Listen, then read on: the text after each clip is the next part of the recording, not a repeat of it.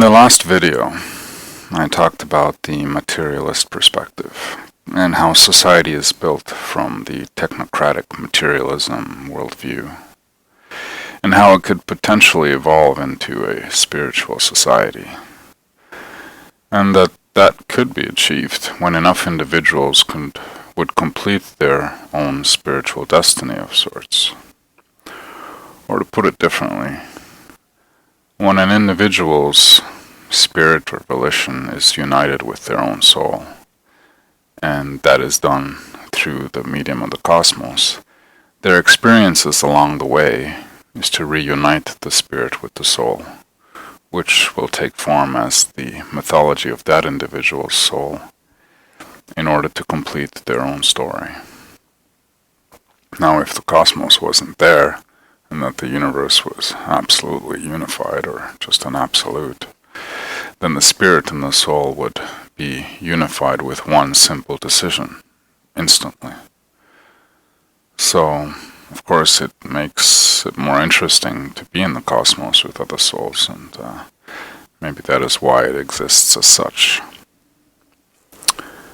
And so in talking about the meaning of existence itself, the meaning of being, in the abstract context, the meaning, or simply value, is visible in a distinct way, which is still applicable in the world that we are living in, that is, in this abstract context.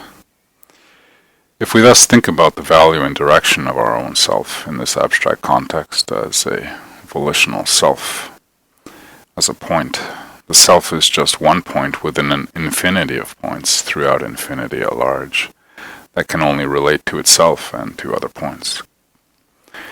Relating to the self thus gives meaning to the self, and relating to other infinitesimal points gives direction and value beyond one's own self.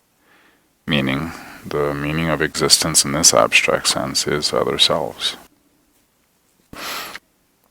At first, the desire and meaning is to relate to oneself, because the cosmos causes confusion when the self divides between its infinitesimal self as spirit and its soul as infinitely large space. And so the cosmos causes this confusion when the spirit is born within it as to what the nature of the self actually is. This infinite self that can relate to infinity to gain its own power. So naturally, the desire for the self is a process which takes time, and until it is completed, the value of other selves is periodically put into question. But when the self has reached its own zenith as to what it is, and it being anchored to its own power properly to its infinite nature, then what remains is the value of what is beyond oneself, meaning other selves. And the value of others becomes a beacon of meaning to the self that is free to perceive them beyond one's own self, to perceive clearly. Of course, in practice, the ascension of one's own self to one's own infinite nature isn't a straight linear line for most individuals. There are moments of transcendence, of course, that give the impression that the spirit and soul are unified, but the actual full completion of the self is, I would imagine, unmistakably certain and absolutely anchored, like a dream one has woken up from and lucidly acting within it.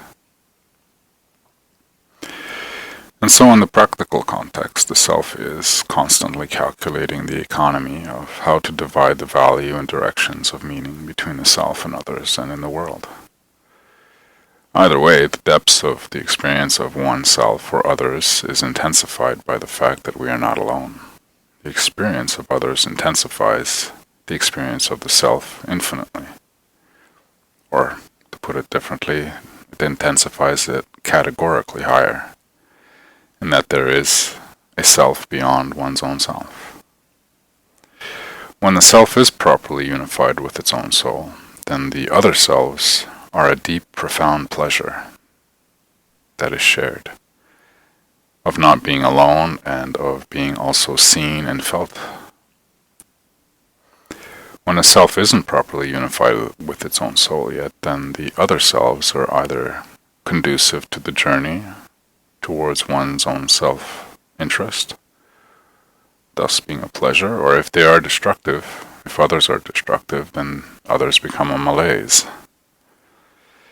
In the positive sense, the experience of others allows the spirit of the self to relax and surrender, and also be guided by others, allowing the self to enjoy both the benefits of journeying towards one's greatest interest and experiencing the depths of other souls. In this sense, the experience adds value beyond oneself. What better thing could there be in existence than other selves going through the same journey towards their own benefit, to their own interest, to their own infinity, which when done together is infinity at large that is shared. On the other hand, whilst doing the journey alone, let's say, there will come moments when a question naturally arises. Is there anything else than my own journey? The answer is yes. There is the journey of other selves. Even if we complete the journey of the self, after that completion, even if completed in different ways and in different embodiments, the same question will arise, if there is anything beyond our own journey. Other selves thus give meaning beyond our own self. And the better we are at being with our own self, the better we can relate with others, and vice versa. Helping others along their journey helps understand and move along our own, and the relation between the two.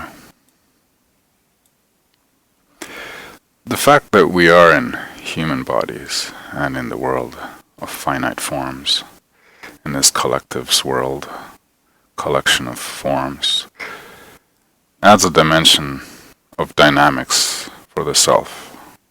For now it is not only the interest of the self with its own soul, and not only the sheer joy of sharing existence with others, says the deer to the lion, but also of the care of the physical self that adds a third dimension.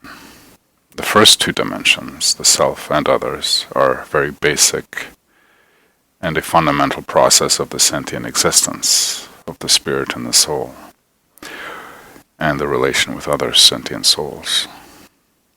Whereas the third dimension of the finite cosmic world is very complex and very demanding. What develops from the relation of those three dimensions is an economy of managing the resources of those three dimensions. The immediate necessities of the body require much to be learned about satiating those physical needs. And once that is maintained, then the other two dimensions, the spirit and the soul and the social aspect, begin to arise to various degrees.